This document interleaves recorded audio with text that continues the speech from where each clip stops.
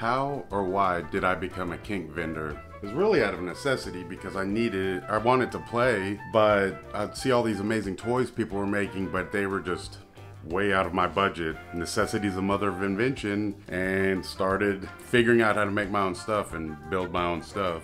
What's the wildest request I've ever had? I don't know about wildest. One of the coolest was a Mickey Mouse themed crop. I'll put a picture right here somewhere. Did I start in the toy making business or elsewhere? I grew up drawing and then I moved into painting. I used to do, there was like some art markets that I'd take paintings to.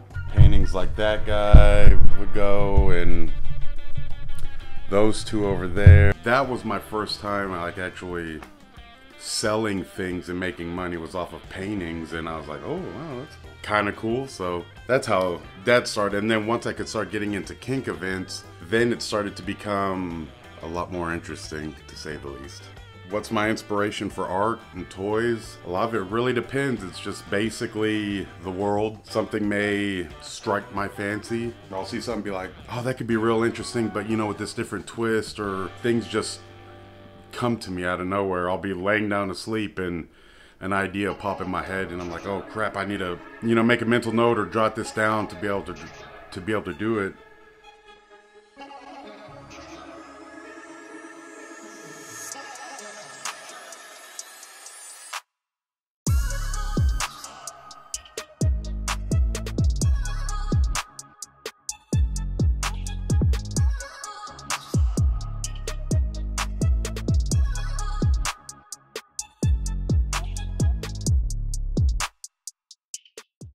Would you ever do a collaboration with other makers or YouTube creators? Hell to the yes. As a matter of fact, I've already done a challenge, a paddle challenge, with a maker out of the UK named Kink Kustom. I did a video about that, and I'll go ahead and drop the link and all of his information down in the description thing below, because he's worth checking out. Some YouTube creators I'd like to work with, though not really in their realm with the kink stuff, but like Bobby Duke Arts, Peter Brown, Nick Zammeti. There's a guy out of Australia named Ben Works that does some really cool stuff. And I mean, granted, all theirs is vanilla, but I would totally get down on some of that shit with them. How many After Care Bears have we adopted? Well, I think it's probably close to 100, maybe a little over 100.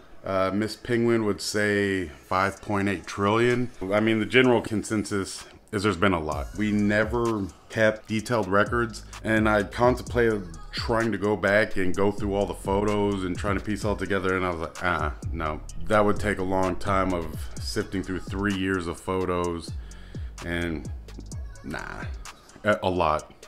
The answer is a lot.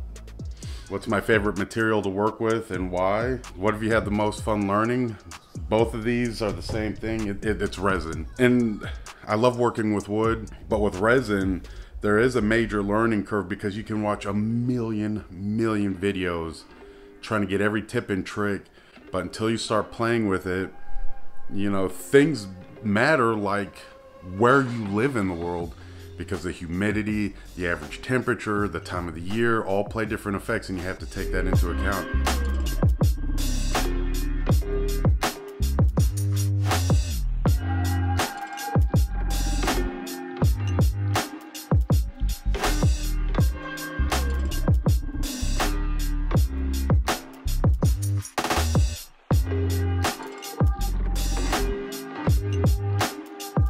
Originally, we were going to have Miss Penguin here with me on this part of it. She had to step out to run a couple of errands, so she will be missed.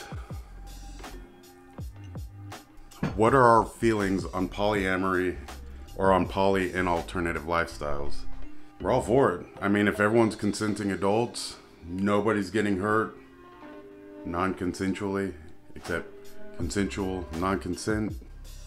This also ties into another question when I'm about to talk about what is your house dynamic. When Miss Penguin and I first got together, I was in a relationship with another person who was my girlfriend slash submissive. We decided to open up and be poly. Well, Miss Penguin came in as purely it was a service type relationship.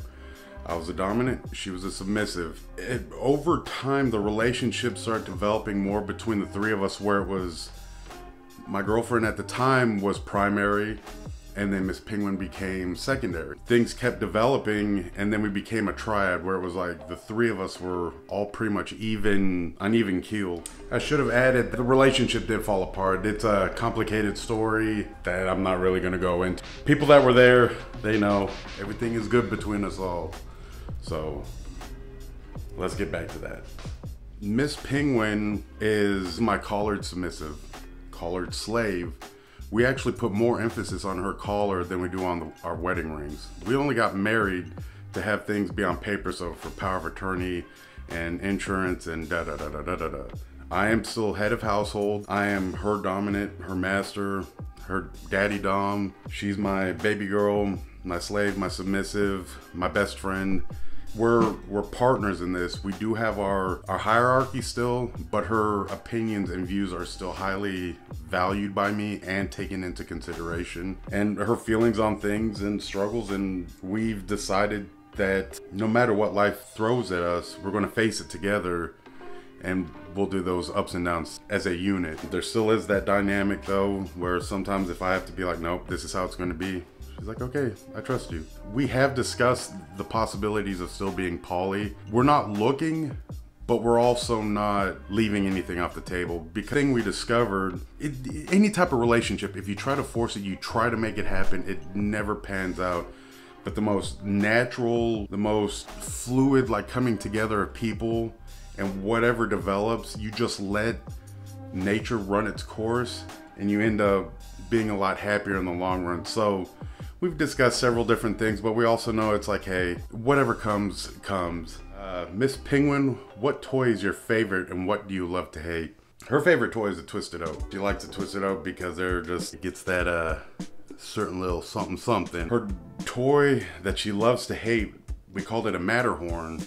And actually it was this metal shoehorn that's about this long. Fucking mean. It basically is one of the few times that something was repurposed into a toy, got retired, and went back to its original intended purpose. I actually have it hanging up on the wall, and if I need to use a fucking shoehorn to put on a shoe, there it is.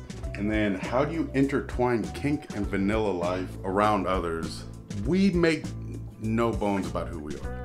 We know who we are, what makes us happy. Our families have a very good understanding of our relationship. They may not know the all the specifics of like a DS or MS or the DDLG part of it, but all they care about is that we're happy, and they can see that we're happy and that we're trying to do better with our lives, and we're constantly boosting each other up. Our daughter, we have basically a no secrets type approach to it. A lot of times she'll ask a question and it's like, do you really want to know the answer?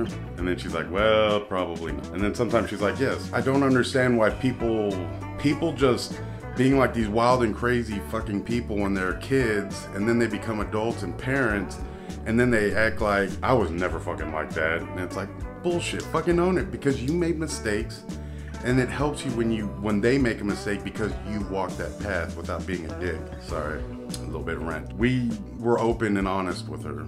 So how we intertwine the two is with fucking grace and poise, period.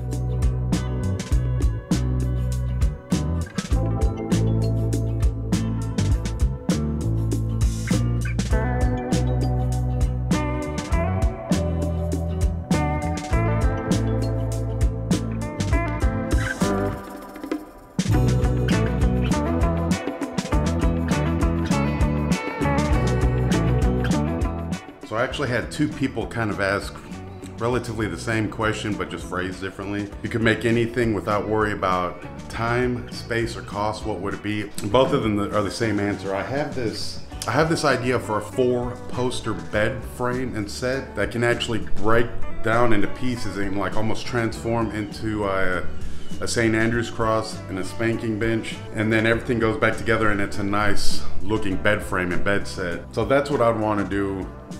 That way it's basically an entire dungeon set in one bed frame, like a queen or king size bed frame. What was a project that took the longest, and how long was it? It was Mitchell Malice, his Crosier, which there's a video for that also. He has this like latex anti-pope setup, it's fucking killer, and made the Crosier, the staff, made it to where it could break down and easier to transport and store. That one took a month.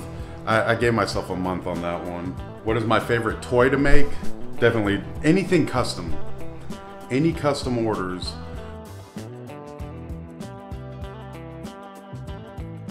What is my favorite toy? That one could also be tied into what's my favorite tool, and it's these. Without these, you can't do any of it. But you can go into a play scene and all you need is your hands. There's so many things you can do with your hands. Whenever I start a stop, I like to get grabby. I mean, I do get consent and the negotiations for that deal. You little bad boys right here, or what, do it for me. What is a project that you refuse to take on and why? Or what are your limits on what you will or will not make? Projects that I tend to not take on are like whips. A lot of that braiding stuff, I mean, that's really like skilled. I don't have the patience for it, and I don't know if I really have the nimbleness. Like, so anything that's braided, or like Turk heads knots or monkey fist knots. That's why I use wood handles on my floggers, because I don't want to have to attempt to braid them. It's not something that I feel comfortable or confident doing. Something that a limit is, I have anything hate related. I'm not gonna make any symbols or words that are fucked up, but definitely anything hate related is an automatic no. Nope, nope, nope. What tools fit your hand? And I saw that question and I was like, which time? Probably about 2 years ago, I had a chisel set and I was chiseling, I was actually working on a flogger. This was before I had a lathe, and there was a piece of wood and I was applying pressure and the chisel jumped, and actually it ended up gouging my finger and I needed stitches.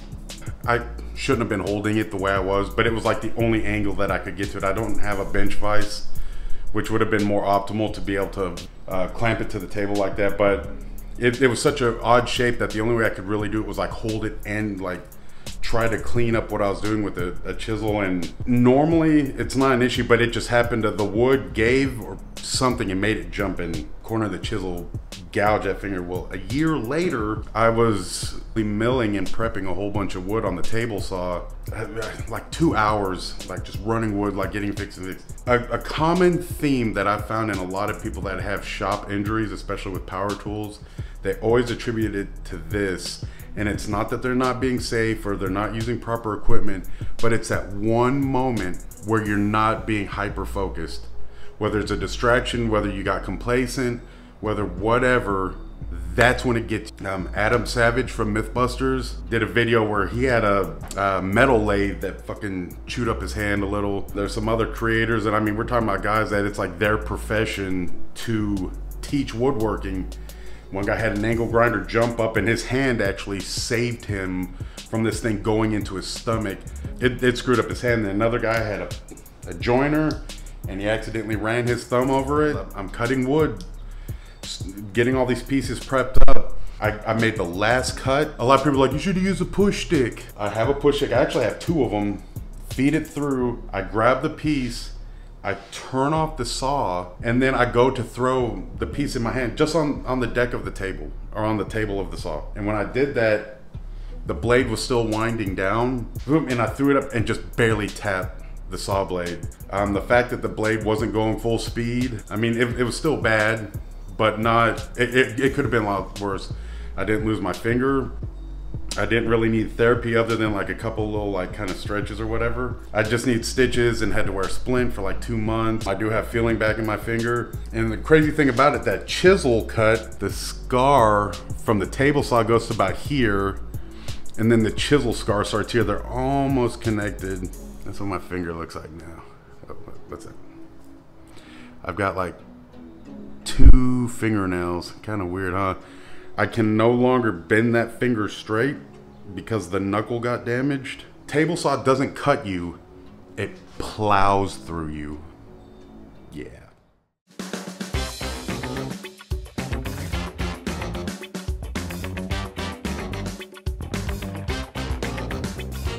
How long can I keep it up? The business, that is. Basically until the wheels fall off. I do have a vanilla business that I'm actually starting to put the same amount of effort that I put into Penguin After Dark to start getting out there and doing more vanilla events. I have a lot of ideas, a lot of different things that like products I want to make, and I think I finally settled on some of them. If you want, on Facebook and Instagram, it's Mooingpenguinstudios. It's all one word. Go subscribe, follow that shit too. What is the future for Penguin After Dark? The future is just keep doing what we're doing, keep trying to reach and push new limits, trying to focus more on like the resin projects. I have a lot of ideas for silicone toys. We've contemplated insertables. So, thank you for coming on this joyride with us. Hey, don't forget to subscribe, like, comment, hit that bell notification. So, yeah. Oh yeah, and to those of you who had paid attention to the last video,